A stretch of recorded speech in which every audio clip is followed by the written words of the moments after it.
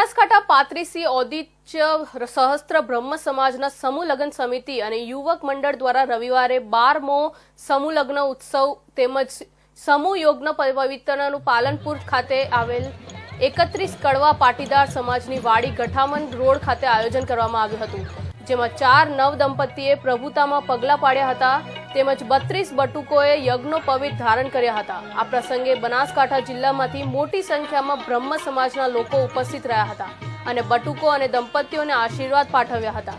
સમાજના પ્રમુખ, ચેરમેન, યુવક મંડળ પ્રમુખ સહિત સભ્યો દ્વારા કાર્યક્રમનું સુંદર આયોજન કરવામાં આવ્યું હતું।